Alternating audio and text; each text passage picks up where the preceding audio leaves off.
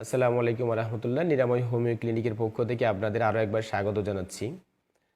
আলহামদুলিল্লাহ, আপনাদের দুয়ায় অল্প সময়ে দেশ এবং বিদেশে প্রায় 550 কাছাকাছি রোগীর সেবা করার সৌভাগ্য হয়েছে আলহামদুলিল্লাহ। তবে এর মধ্যে প্রায় 100 কাছাকাছি ক্রনিক ডিজিজ ছিল।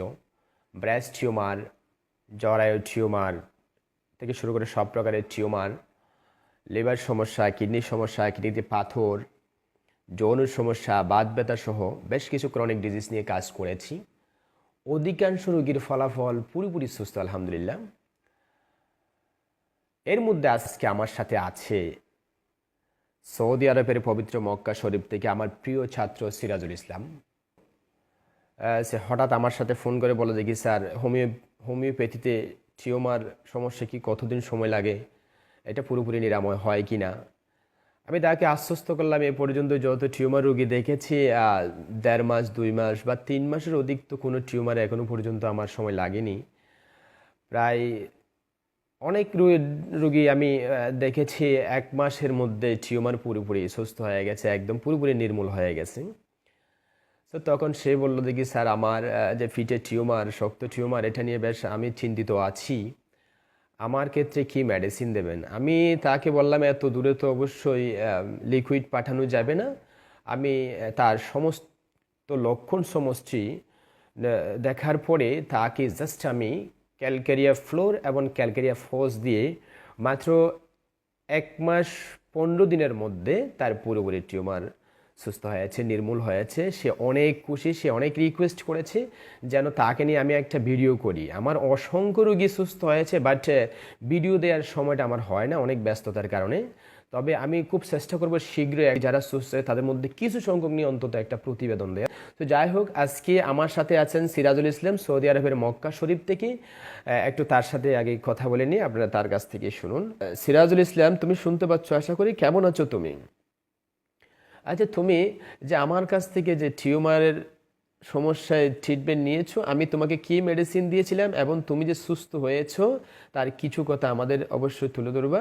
আলহামদুলিল্লাহ ভালো আছি স্যার। এটা স্যার আমার এই 5 মাস 6 মাস ছিল। এটা যখন প্রথমে একটু একটু আমি আসলে বুঝতে পারতাম না জিনিসটা কি হয়েছে। তারপর দেখলাম স্যার আমি কয়েকদিন পর যখন বড় হয়ে গেছে তখন আমি আপনার লিফলেট পেয়ে গেছি আর ফেসবুকের মাধ্যমে আপনার ওইটা দেখছি। এই জন্য আমি আপনার মেসেঞ্জার আগে থেকে ছিল, আমি আপনার সাথে কয়েকবার কথা বলছিলাম।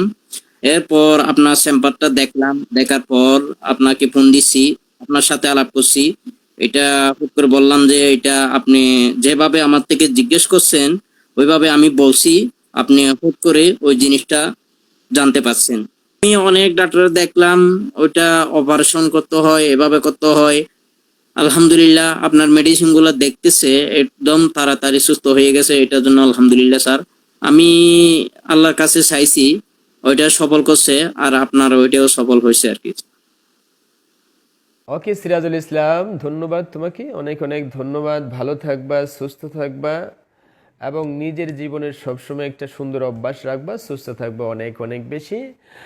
সো যাই হোক, আপনাদের অবশ্যই উদ্দেশ্যে অবশ্যই আমার একটা কথা, যে বিশেষ করে আমাদের যে জটিল জটিল যে শারীরিক বা মানসিক সমস্যাগুলো হয়, সেই ক্ষেত্রে যদি আমরা প্রথমত একজন অভিজ্ঞ হোমিও চিকিৎসকের পরামর্শ নিই, তাতে আমরা অনেক সহজে সুস্থ থাকবো বলে এবং সুস্থতা ফিরে বলে আমি আশা করি।